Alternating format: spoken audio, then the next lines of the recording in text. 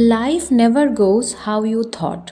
मैं आज सुबह जल्दी जल्दी उठकर नहाकर पूजा करके बिल्कुल तैयार थी कि मुझे आज 2 प्रोडक्ट्स का शूट करना है। लेकिन सुबह होते ही इतना ज़्यादा बारिश, इतनी ज़्यादा थंडरिंग, इतना तूफान कि मेरा पूरा घर अंधेरे से भर गया। No natural light, no sunlight, तो मेरा शूटिंग का प्लान पूरी तरीके से cancel. God has his own plans, universe has its own plans.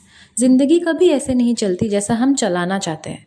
So what we can do, हमें सिर्फ भगवान पे और यूनिवर्स पे विश्वास करना है कि जो भी हो रहा है बिल्कुल सही हो रहा है और जो आगे होगा बिल्कुल सही होगा। पास्ट में सोचकर बिल्कुल भी अपना टाइम वेस्ट नहीं करना, हमें सिर्फ प्रेजेंट में और फ्यूचर के लिए जीना है। Because at the end everything will be fine. क्योंकि पिक्चर अभी बाकी है मेरे दोस्त।